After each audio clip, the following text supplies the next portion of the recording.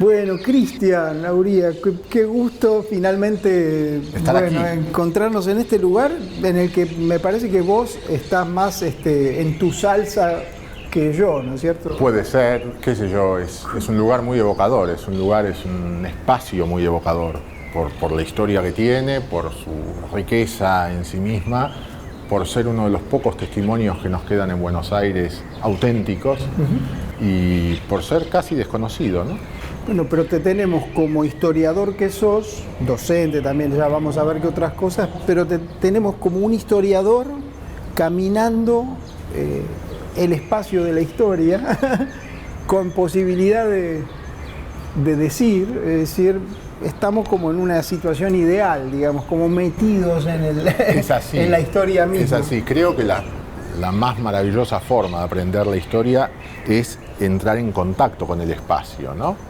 Yo he tenido la experiencia satisfactorísima de probar con mis alumnos esto, digo, de ir con mis chicos, ver invasiones inglesas, qué sé yo, sí, e ir con mis chicos de excursión. ¿Y dónde vamos, profe? Vamos a Retiro. ¿Por qué vamos a hacer a Retiro? Porque vamos a ver invasiones inglesas, a Retiro. Y fuimos a Retiro, bueno, acá estaba la Plaza de Toros y acá fue la primera batalla. Y entonces, a ver, ¿qué dice aquel monolito? Acá dice Ángel La Sala. Ángel La Sala, ¿quién fue?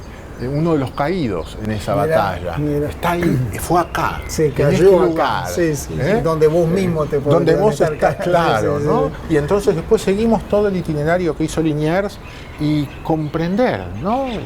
Pero desde acá se tiraban, bombardeaban hasta allá, o qué sé yo. Bueno, entrar en contacto con el lugar, ¿no?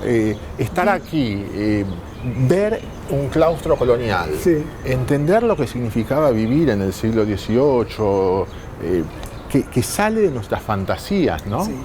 A veces nuestras fantasías están muy plagadas de la imagen que nos transmiten las películas. Sí, bueno, y también de la mirada inmediata que tenemos de este espacio que está totalmente rodeado de una urbanización contemporánea del tránsito, pero que en el fondo, en sus orígenes, era una casa, digamos, monástica, separada del centro. En las afueras, en las afueras. Claro, en las afueras. ¿Hasta dónde llegaba el centro de la ciudad en ese momento? El centro era muy pequeño. O la ciudad. Claro, hay dos cosas, ¿no? Por un lado tenemos la ciudad, digamos, lo que dicen los papeles, sí, lo que dice el plano, sí, y el ejido de la ciudad llegaba hasta acá, hasta Estados Unidos. ¿Ejido qué significa? El ejido es el límite urbano, bien, ¿no? El espacio que está previsto para urbanizarse. Entonces, el ejido llegaba hasta Estados Unidos, hasta la calle Estados Unidos, sí, por el sur, y hasta Bernardo de Irigoyen por el oeste, ¿no? Por el este del río, sí, y por el norte llegaba hasta más o menos la avenida Córdoba. Ahora, habitado, construido, sí, casa al lado de casa, casa al lado de casa, sí, desde la Plaza de Mayo hasta la avenida Corrientes, más o menos, y para acá sí un poquito más, tal vez hasta aquí, hasta Independencia, ¿no? Y Tacuarí, ¿no? Por allí todavía había casas con frecuencia. Ya para el siglo XIX esto empezó a quedar dentro del área, ¿no? Porque las quintas se fueron parcelando y se fueron transformando en casonas. Sí, y teníamos aquí cerquita el barrio del Tambor, ¿no? Donde estaban los negros, ¿no? Acá nomás, lo que es claro, ahora Montserrat, ¿no? En los alrededores de Montserrat. De manera que esto quedó emplazado más bien como un lugar de afinidad con los sectores en ese momento marginados, y sí, o pobres, humildes, digamos. Precisamente yo imagino que por eso habrán accedido a estas tierras. Porque no eran tierras demasiado valorizadas, ¿no? Sí. Si de repente pensamos que tenías la plaza de carretas, el mercado de carretas, sí, en Constitución y bueno, el barrio del Tambor, entonces una zona así de hinterland, atravesada por arroyos, porque por aquí cerquita pasaba el Tercero del Sur, entonces una zona que se anegaba. Claro, y esta arquitectura misma, que ahora nos encanta, nos parece, porque lo es, sí, nos encanta también, sí, porque tiene perfume, Sí, claro. además de religioso, histórico. Claro. Pero es una arquitectura que en aquel momento no era una arquitectura palaciega, sino era más bien... Claro, porque uno ve, están los monasterios de impronta más europea, por decir así, góticos algunos, de distintas disposiciones, y ve esta casa, Sí. ¿no? Esta casa Sí. común, ¿no? Sí. Donde se ve, no sé, se le ve Sí, la claro. rusticidad, la simplicidad Claro. también. Claro, bueno, pero nuestra arquitectura colonial tiene esa uniformidad, digamos, que nos identifica también y que es interesante pensarla desde ese punto de vista, porque es propia, ¿no? Sí. Y vos tenés acá una construcción con un diseño y con una estructura y con una manifestación visual que es común a un monasterio, que es común al patio de una casa, Sí, que es común sí, al patio de del una cabildo, casa colonial, de una casa colonial. como todavía algún pH podría Claro, serlo, esta sí. idea de habitaciones que rodean un claustro, Sí, un aljibe. el aljibe en el centro, esta cuestión de techos con viga de palma y las columnas de vigas. madera, que son las más primitivas. Después vendrán la obra arquitectónica, ¿no? De pared, pero originalmente esto. Y esto era un espacio que vamos a ver reflejado. Lamentablemente en Buenos Aires se ha perdido muchísimo. Ya no tenemos casas, por ejemplo, que conserven esto. Si vos fueras un director de cine y querés ambientar un episodio... O un profesor de historia, y querés venir con tus alumnos y querés ambientar a ver qué se siente. un episodio de una vida familiar.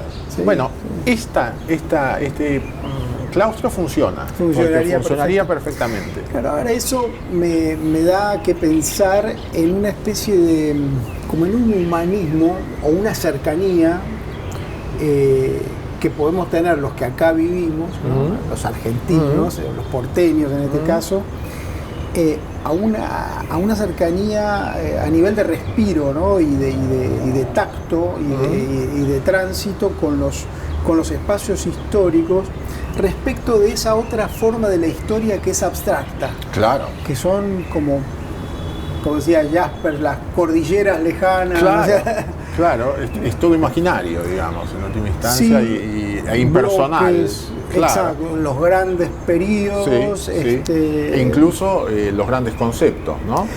A eso iba. ¿No? Sí. Los grandes conceptos que se terminan alejando de la gente, de esta columna, donde tal vez alguien se apoyó, donde alguien hizo, donde dejó su huella, Sí, ¿no? sí. Donde tuvo frío o hambre o pensó o se le ocurrió. Sí, ¿no? sí. O escribió el parte de la batalla que había perdido. Yo ganado. creo que tal vez lo que sucede digamos, hablando de historia, de la historiografía, Sí.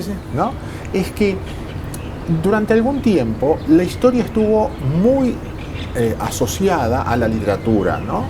Eran periodistas, eran escritores literarios, y entonces había una sobrecarga de anécdota que andás a ver, ¿no? Claro, de rasgo, digamos. Aquí fue donde el general Sí. apoyó la mano, y andás a ver, ¿no? Como que lo anecdótico era como Cobraba- algo literario poético, digamos, Exactamente, que pero tal vez florecía. se imaginó como una gran metáfora, con una bella alegoría, y después se la transformó, porque suele suceder eso, que a veces hay papistas más papistas que el Papa, se la transformó en la verdad, ¿no? Y entonces, tal vez algo que en algún momento era... En contraposición con aquellos. Claro. Sí. Entonces, y después, con el tiempo, los nuevos historiadores más cientificistas, más formados académicamente, empezaron a despojar a la historia de todo esto que se consideraba como para anécdota, llegar al hueso conceptual, ¿no? sí. Y entonces agua no es más agua, es H2O. Sí. Y entonces... Bueno, ahí también la poesía, la música, Claro, bueno. muchas expresiones de la historia de la cultura dejan de tener valor Exactamente. de Y prueba, la historia ¿no es cierto? funciona un poco dentro de esa corriente, Por ¿no? supuesto, sí. Pero esto es cuando entras a espacios como este, Ahí va. tenés la posibilidad de generar una conexión y viajar, ¿no? Yo siempre pienso en esto, en mirarlo y viajar. Sí, ¿no? sí, sí. Vos viajás en el tiempo, viajás en sensaciones, en Siempre imágenes. hay uno que te ayuda a leer, ¿no? Sí, puede a leer, ser. como vos nos decías recién, en la viga del hierro, a veces puede ser, claro. la huella del martillo, porque siempre hay una lectura, ¿no? Sí, sí, claro, claro. Y a veces el trajín cotidiano, las ocupaciones, la alienación urbana, hace que esté allí toda la vida, enfrente de casa, salía y estaba el paredón y nunca pensé, Sí. nunca lo miré, nunca lo vi. No lo vi. Bueno, ahora acá estamos. Acá estamos, Vamos a felizmente, recorrer acá un estamos. poquito. Acá estamos. Me la dejaste justo. Bueno, está esa historia, como decía, bueno, Jaspers, otra vez que a mí me gusta mucho, ¿no? El origen y meta de la Sí. historia. Que es como una cordillera lejana que la vemos ahí como toda desplegada y nosotros somos unos espectadores ahí. Y después pasivos. está la historia que atraviesa a uno mismo y en última instancia está atravesando este momento, Sí. ¿no? Esta ciudad, Sí. este momento de la historia, a pesar de que a lo mejor lo que nosotros estamos dialogando ahora se conoce en otros momentos, no importa. Sí. Pero me interesa mucho la percepción, el sentimiento de actualidad que tiene un historiador como vos, además que sos crítico de arte, historiador del arte y demás, y las corrientes que atraviesan este momento, ¿no? Bueno, yo creo que me parece que nos toca vivir una época muy, muy rica en términos de las enormes transformaciones de las que estamos siendo parte sin darnos demasiado cuenta. A veces esas transformaciones nos generan más angustias que disfrutes, Sí. pero estamos en un momento mundial, digamos. Riqueza, por un lado, Sí, diversidad, riqueza y cierta inconsciencia, o por lo menos Inconsciencia. no darnos muy cuenta. y si nos damos cuenta de- lo que nos genera es un poco de como de sensación resistencia. esto lo estoy perdiendo, aquello era mejor, ya no hay tal cosa, o ya el mundo cambió, en mi época, yo cuando era chico, ¿no? Esto está muy presente. Y me parece que Es decir, que sería como una época más conservadora de lo que parece. en algunos punto. aspectos yo creo que sí, porque precisamente es dual, digamos, ¿no? Es múltiple. Y esto es tal vez una de sus mayores riquezas. Es una época donde hay espacios que nos permiten disfrutar o acercarnos o descubrir belleza y descubrir trascendencia Sí. en áreas que en otras épocas no podríamos haberlo hecho si adscribíamos a tal o cual idea. Digo, por ejemplo, Ciertamente, está muy bien. si Sí, eras coincido. wagneriano, no eras verdiano. Sí. Si te gustaba el arte europeo, no Sí, te podía sí. gustar el arte nacional o latinoamericano. Si te gustaba la música popular, no eras del palo de la música Digamos clásica. que hay algo del absoluto, pero considerado rígidamente, que se está que se descontracturando. agrieta de Que se alguna está manera. descontracturando. Eso puede provocar cimbronazos, desde luego. Eso puede provocar pérdidas de horizontes claros, sí, desde luego. Pero a veces pienso que es semejante, digamos, a las transformaciones que se produjeron en la Baja Edad Media, ¿no? Sí, lo que pasa es que ahora son mundiales. Claro, claro. Ahora, justamente, el cuestionamiento de esa totalidad, vamos a decir, coincide con un estado de comunión mundial, Por decirlo supuesto, así, ¿no? por supuesto. Digamos, también es cierto que en aquella época esas transformaciones se producían en todo Occidente y, digamos, en todo el Occidente conocido, Sí, digamos. exacto. Aunque la gente no tenía demasiada conciencia de que eso estaba sucediendo en todas verdad, partes. es Hoy verdad. esa conciencia es más fuerte, ¿no? O esa inconsciencia. O ¿no? esa inconsciencia o ese más estado fuerte. de confusión, Sí, ¿no? sí. De no tener tan definido lo que está pasando. Y en cualquier caso, me parece que eso también suma riquezas, ¿no? Porque nos permite ver una idea, digamos, o sentir una idea de muchos significantes a la vez. Sí, te ¿no? entiendo. Bueno, hay un teólogo de la estética que es von Balthasar, ¿no? Él presenta la verdad sinfónica, ya hace muchísimos años. Claro. La verdad sinfónica es un poco lo que estás diciendo vos. Claro. Sostiene una verdad, por supuesto, es un teólogo, ¿no? Pero de mucho por muchos color, caminos, sí, por muchos caminos. Sí. Y tal vez una de las cosas que nos están pasando últimamente son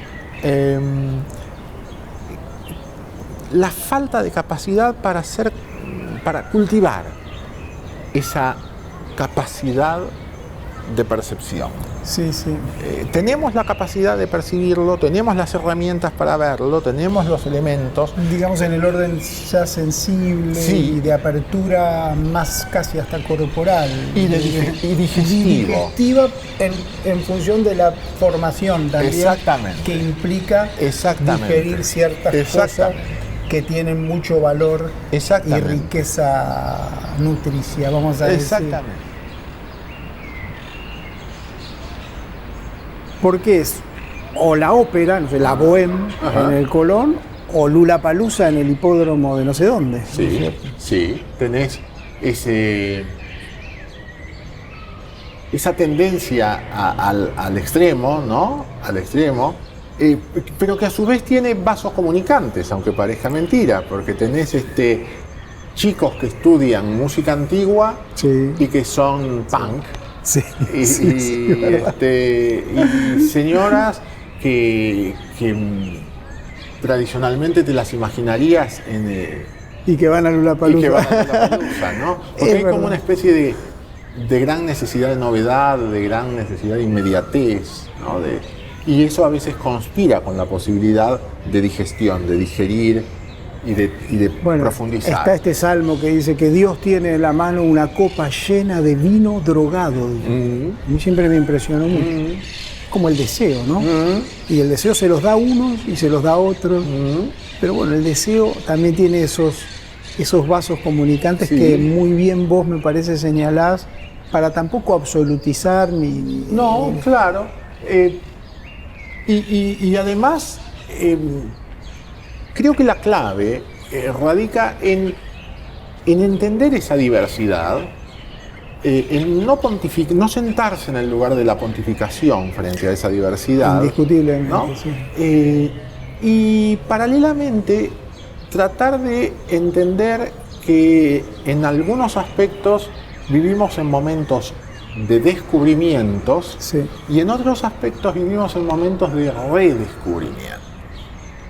Sí, me quedo pensando también lo que decías antes, ¿no? Que a nosotros nos parece que es un momento único, bueno, porque está bien la globalidad, hay cosas que son singularmente, en principio, de este momento, pero no quiere decir que no haya otros tiempos, Por supuesto. instancias de la historia donde también sucedieron Y lo notás cuando cosas encontrás parecidas.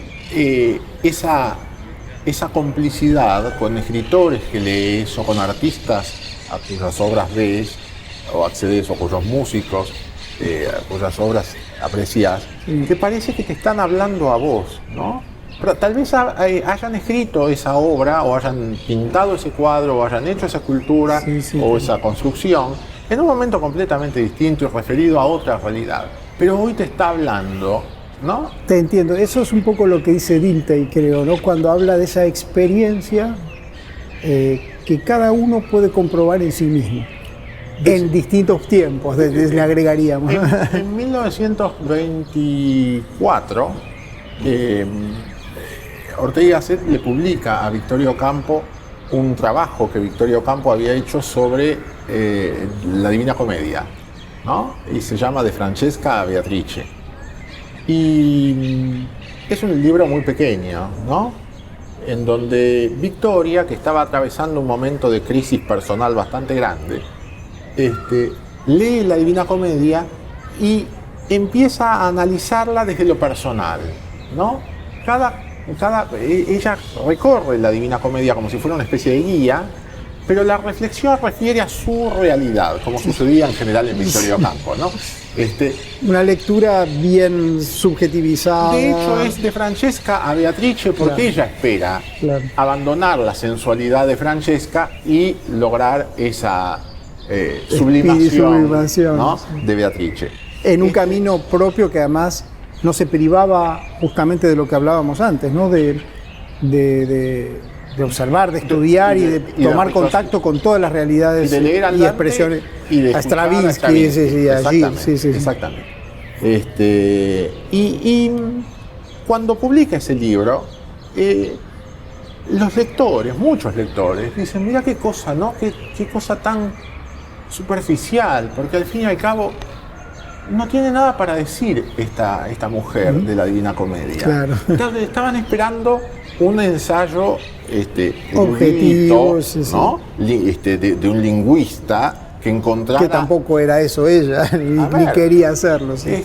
Y por otra parte, ella dice en un momento, ¿no? Hablando de Dante, un fragmento muy bello, ¿no? Dice, me diste una mano salvadora, ¿no? Porque te leí y noté que me entendías, ¿no? Claro. Dice, y porque somos compatriotas en el infierno. Sí, ¿no? sí, interesante. Mirá qué interesante, ¿no? Esta idea de leer una obra de un autor. Identificarse, creer traerlo, que el autor, ¿no? te está hablando traerlo a vos, al presente o a tu tiempo. La magia del arte, ¿no? Sí. El arte logra esa posibilidad. El extrañamiento, ¿no? Que se llama, sí. Y esa conexión que olvida el tiempo, ¿no? Sí. Y que ya no necesariamente es historia. Y que ya no es, digamos, es humanismo puro. Humanismo, psicología, si tenés ganas, resonancia, sí. ¿no? Porque también la historia, como estas columnas que tienen su ritmo y parecen formar, ¿no? Un cierto acorde. La historia también tiene sus resonancias. Por supuesto, ¿no? Por supuesto, bueno, la historia como una de las bellas artes. Bien. Así es.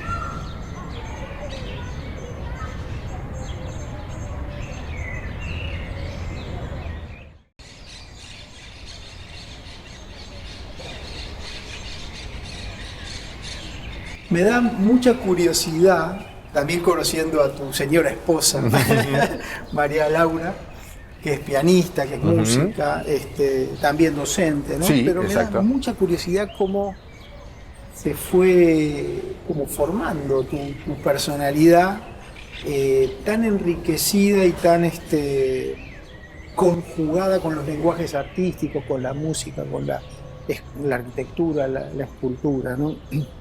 Bueno, yo creo que Perdón, la poesía, las artes visuales. Sí. Yo creo que nos toca vivir en un tiempo muy finito, muy pequeño, que el tiempo a veces está muy cargado de angustias, toca atravesar momentos que son desesperantes, ¿no? Abrimos el diario, leemos las noticias y a veces nos preguntamos, ¿no? Dios, ¿qué mundo es este, no? Sí, pero a vos y a María Laura se les ve una experiencia feliz. Porque precisamente me parece que el deber es nutrir nuestra vida a través de experiencias enriquecedoras que construyan de la misma forma que esa noticia, esa realidad construye el agobio. Sí. Nuestro deber, nuestra tarea es construir esa riqueza que podemos encontrar desde las bellas artes, desde la fe, desde la literatura, desde la historia como parte de la literatura, ¿no? Riqueza es la palabra. Riquezas. Y del otro lado, agobio de ti. Mira, es un agobio que... A veces escucho hablar de la infinita fuerza que tienen los elementos negativos que provocan una especie de revolución de valores, ¿no? Bueno, hay una fuerza grande que tracciona muy para abajo, que es la adicción. Bueno, claro. Que es justamente todo lo contrario de estas riquezas de estas riquezas. Y creo que nos olvidamos de la posibilidad de la revolución de la belleza. Y es una revolución que está en nuestras manos. Qué interesante lo que decís. En la iglesia, bueno, Benedicto XVI, por ejemplo, presentó con mucha claridad lo que llamó la vía pulcritudinis, la vía de la belleza. Claro. Y vos estás hablando de una revolución de la belleza, a pesar de que las cosas que vos descubrís cuando publicás, cuando enseñás, no sé si diría que son revolucionarias, más bien son como albores de belleza, como encuentro muy focalizado. Es que tal vez yo creo que la auténtica revolución es la que se produce así. Claro, porque la belleza no va a surgir no es una explosión. No es una explosión. Va a surgir como estos malbones de exactamente, esencialmente, pequeñamente, ¿no? Es esta tarde, es esta charla, es este momento, es esta idea que estamos compartiendo, es esta obra, es esta pintura, es llegar y detenerme mientras esperaba que comenzáramos nuestra charla y mirar un cuadro y decir, caramba, esto es de García del Molino. Es raro encontrar obras de García del Molino. Claro. Y ese pequeño hallazgo ya te alegró el día. Sí, y esto es yo ahora vuelvo a casa y tengo que fijarme a ver si digo bien. Nunca esa revolución de la belleza va a ser sin sorpresa, amor, por supuesto, alegría, pero y el dolor, la angustia, ¿cómo juegan eso ahí? Que existe y que persiste se hace digerible gracias a esto otro. Muy bien, vamos a sentarnos un ratito y ahora me lo explicas. ¿Cómo no?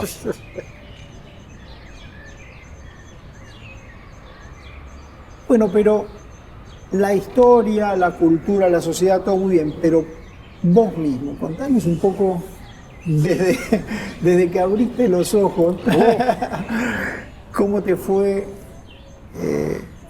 pasando todo esto que ahora te sigue pasando?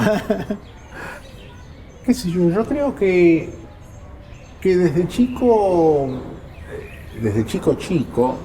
y esas son las herencias que uno tiene, ¿no? Las deudas que uno tiene con las herencias, ¿no? Me fui nutriendo de ese mirar, de ese observar, ¿no? Yo era criatura. ¿Y cómo era tu casa? Bueno, una casa, de esas casas chorizo. Por el sur, ¿no? Por lo más medio de Escalada. De Escalada. De esas casas chorizo de patios y fondos y árboles y tiempos para estar solo imaginando y transformando el patiecito del fondo en la cubierta de un barco, ¿no? Y treparse los árboles o armar planos y mapas de países imaginarios. Mira. O sea que es un problemita que tenés de nacimiento. Desde chico, desde chico. Y de que me gustaran esto de mirar, de observar cosas y después de seguir imaginándolas, ¿no? De seguir repensándolas, de investigar. Evocando quizás. Evocando, de ser muy caminador desde chico, desde adolescente.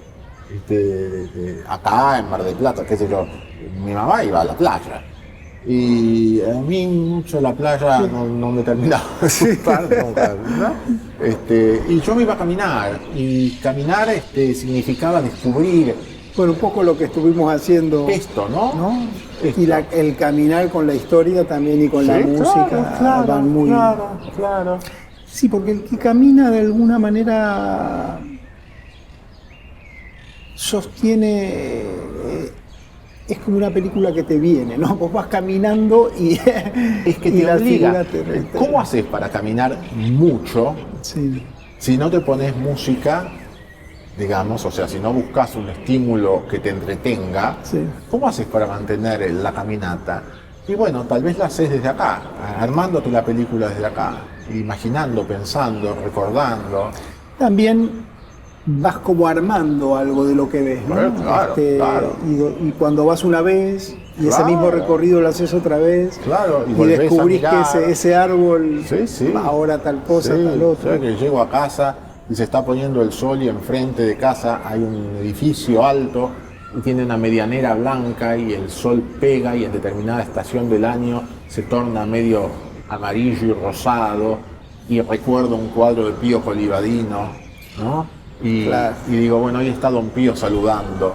Mira, ¿no? Y qué lindo, sí, porque de alguna manera toda tu experiencia interior y exterior terminas como viviendo una vida de santo en un punto, o una vida en lo estético. yo digamos. creo que el secreto es ese, internalizar la cuestión, no volverlo un elemento decorativo, sino volverlo un elemento esencial. Claro, enriquecedor de tu experiencia. ¿no? Sí. No es, compré este cuadro para colocarlo acá porque queda bien y voy a recibir gente y entonces queda bien y es el cargo, es el que se vende. Bueno, eso ni que hablar. ¿no? Sí. Sino tenerlo ahí porque eso cada vez que lo veo me enriquece, me permite algo, me hace algo, ¿no? Y salir y eso que estaba en la pared sigue estando acá y sigue estando acá.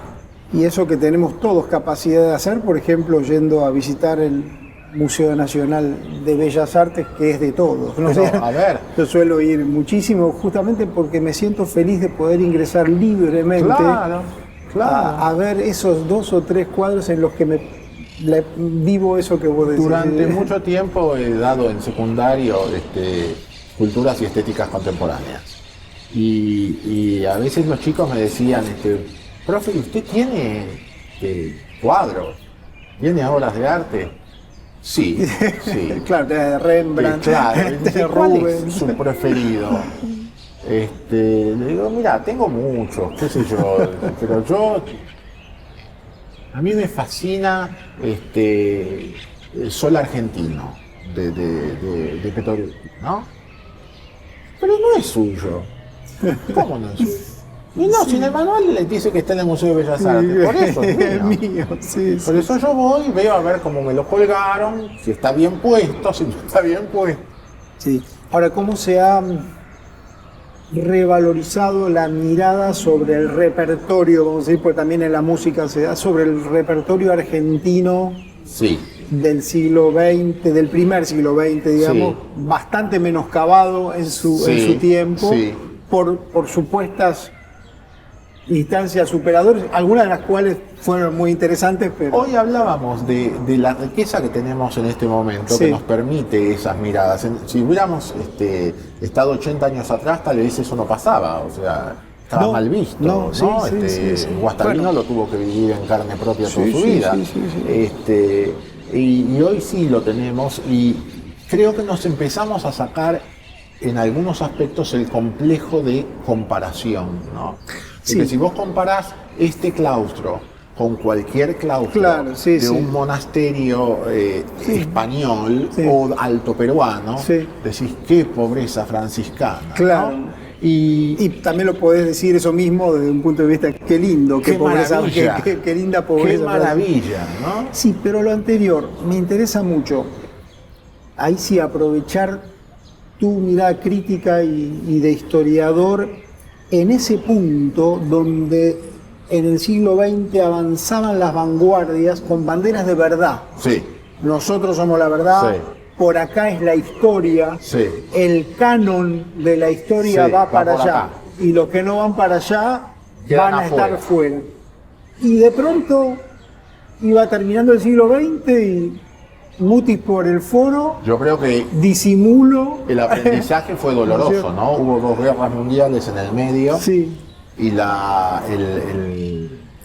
esa transmisión unidimensional generó cierto grado de replanteamiento. Claro, pero en la Argentina, por lo menos, después de las guerras mundiales, eso sí tomó cuerpo siempre nosotros un vanguardismo embanderado, o muchos vanguardismos en pugna, interesantes, no va en desmedro, pero sí indeseable desde mi punto de vista, desde el punto de vista de las verdades históricas que creían cada uno capitalizar. Es que el tema pasa por transformar al dogma en dogmatismo, ¿no?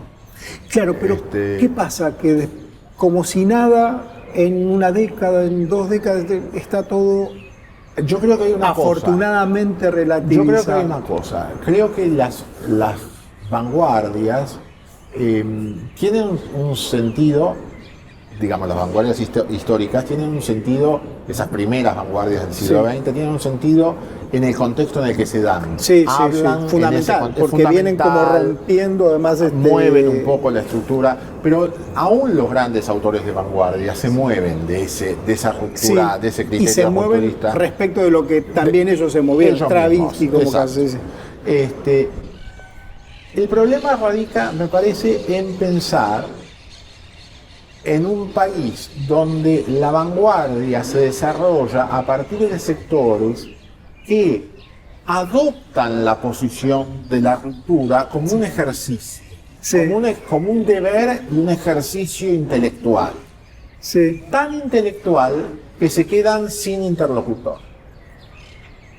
Y y también como una moción de comodidad. Bueno, por supuesto. Porque ese lugar donde del incomprendido termina siendo muy cómodo, ¿no es cierto? Por supuesto. Como también lo es el respaldo académico. Por supuesto. Las dos son las dos caras de una misma moneda. ¿No? El genio incomprendido es un tipo que viene desde el tiempo inmemorial y que queda fantástico. Y hay biografías y películas y historias interesantísimas y a todos nos encanta. Sí, nos encanta cuando fue un genio. Con la aspiración. El detalle es ese, ¿no? Tenía unos papás que venían a la escuela y me decían: mire, necesito pedirle la excepción porque el nene tiene que dejar de venir en las 2 primeras horas porque está entrenando en fútbol. Y entonces lo están por seleccionar para hacer, porque ya tiene un talento el chico, qué sé yo y qué sé cuánto. Entonces el chico va a tener que los miércoles y los viernes, supongamos, no puede venir, y los otros días tiene que entrar 2 horas más tarde. Porque tiene un talento, este chico, mire. Y yo le decía: mire, me parece bárbaro, ¿no? Pero, ¿y si no? Claro. Y si no, porque puede ser, Maradona fue Maradona sin necesidad de estar acá conmigo estudiando instrucción cívica, literatura o qué sé yo. Y si no es Maradona, ¿no? Esta es la clave, ¿no? ¿No? Y además el genio también es parte de lo que en este momento que recién comentábamos está, si se quiere, felizmente siendo... Bueno, no sé si decir relativizado, pero por lo menos es parte de lo que está yo creo que abierto, está ¿no? Empezando a vérselo en su proporción justa, digamos, ¿no? Claro. Son nombres muy grandes. Porque está el santo, el genio y el héroe, ¿no? Claro. De Shelley. Y está también esa sacrificialidad indeseable que el mismo Evangelio le dice: no quiero holocausto, no quiero sacrificio, o sea, no quiero genialidad. También dice: nadie sea doctor, nadie diga de sí mismo que es doctor, que es maestro, que es padre. Entonces en este momento vemos, todo eso lo vemos relativizado. A veces, como vos decías, nos sentimos incómodos, pero al mismo tiempo... Abre puertas. Puede, ¿no? Abre puertas. Esa posibilidad de mirar y de remirar, ¿no? De redescubrir, de disfrutar, de encontrar, qué sé yo, esta riqueza criolla, ¿no? Absolutamente, esa simpleza que decíamos, ese cuadro que es un árbol. Muy grande, que fue probablemente para nosotros uno de nuestros primeros grandes vanguardistas, porque él publica Guiraldes. Guiraldes, en el 15 publica El cencerro de cristal, mirá qué título tan bello, ¿no?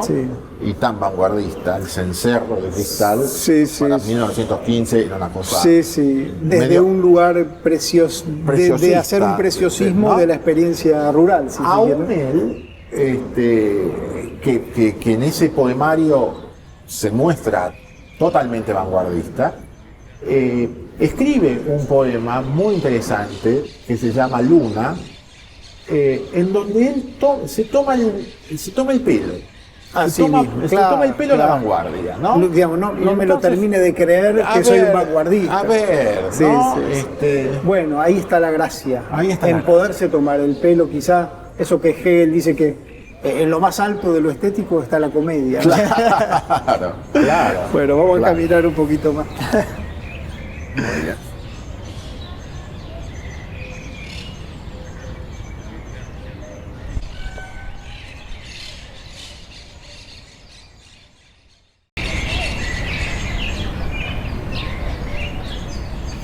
Bueno, mucho para decantar, ¿no? Nos dejas, Cristian, muchísimo. Pero quizá te propondría, bueno, te pediría vos mismo referirnos de todo el acervo histórico, cultural, estético, poético, aquellas 2, 3, una perla que nos ayude a ir redescubriendo, reenfocando esa noción o experiencia de lo bello, ¿no? En esta actualidad. Bien. Bueno, yo creo que nosotros tenemos un acervo increíblemente rico y tal vez hay que darse el permiso para acercarse a él, ¿no? Y a veces acercarse a través de nombres que hemos escuchado, pero a los que no les hemos dado tiempo, ¿no? O quizás que no suenan tanto o que no en las universidades. O que no suenan, o que no los hemos mirado, o que están allí como un dato, ¿no? Pero... Qué lindo. Entonces podemos poner la mirada en un nombre. En unos nombres. Qué sé yo. Yo siempre creo que abrir una página de Mallea, por ejemplo, es un placer, ¿no? Abrir una página de una poetisa prácticamente desconocida como Emilia Bertollet, que además fue una excelente pintora, es siempre un placer. Vamos, Mallea, Emilia Bertollet, y desde luego el nombre de Ricardo Guiraldes, por ejemplo, ¿no? Ese nombre tan redondo, diría Pedro Salinas, Guiraldes. Sí, que es tan rico, ¿no? No por los estereotipos en los que se lo encasilló durante mucho tiempo, sino por la enorme riqueza que tiene su poesía, muy poco transitada. Sí. Las otras novelas, además de Don Segundo Sombra, pero Jamaica, por ejemplo, es una novela extraordinaria, belleza pura, un viaje de una persona narrado poéticamente, extraordinario, una historia sentimental pero extraordinaria. Y así de Guiraldes, ¿no? Entonces estamos hablando centenario ya, ¿no? Sí. Centenario, escritor, poeta. ¿Qué te viene a las narices? Y me viene a las narices el final de su última obra, ¿no? Que precisamente nos da la clave de la aspiración, ¿no? 2 días antes de morir, Guiraldes en París escribe las últimas 2 líneas en un cuaderno donde estaba escribiendo su última obra, que se llamó El Sendero, ¿no? El Sendero, es una obra muy, muy bella, muy interesante. Vamos a suponer que El Sendero sigue para el Jardín del Claustro. Y Guiraldes dice en esas 2 últimas líneas: tuve yo el más pequeño vislumbre de lo que se llama éxtasis. Sí. Y así termina su obra. Así termina con esa afirmación. Con ese sí. Con ese monosílabo. Con ese monosílabo. Mirá qué pequeño, qué sonoro y a su vez qué trascendente en el caso de un hombre que está cerrando conscientemente su tránsito. ¿no? De vida, y pone como semilla ese monosílabo, quizá para las generaciones nuevas. Porque presupone una confesión del autor y presupone una llave para el lector. Sí. Bueno, muchas gracias, Cristian.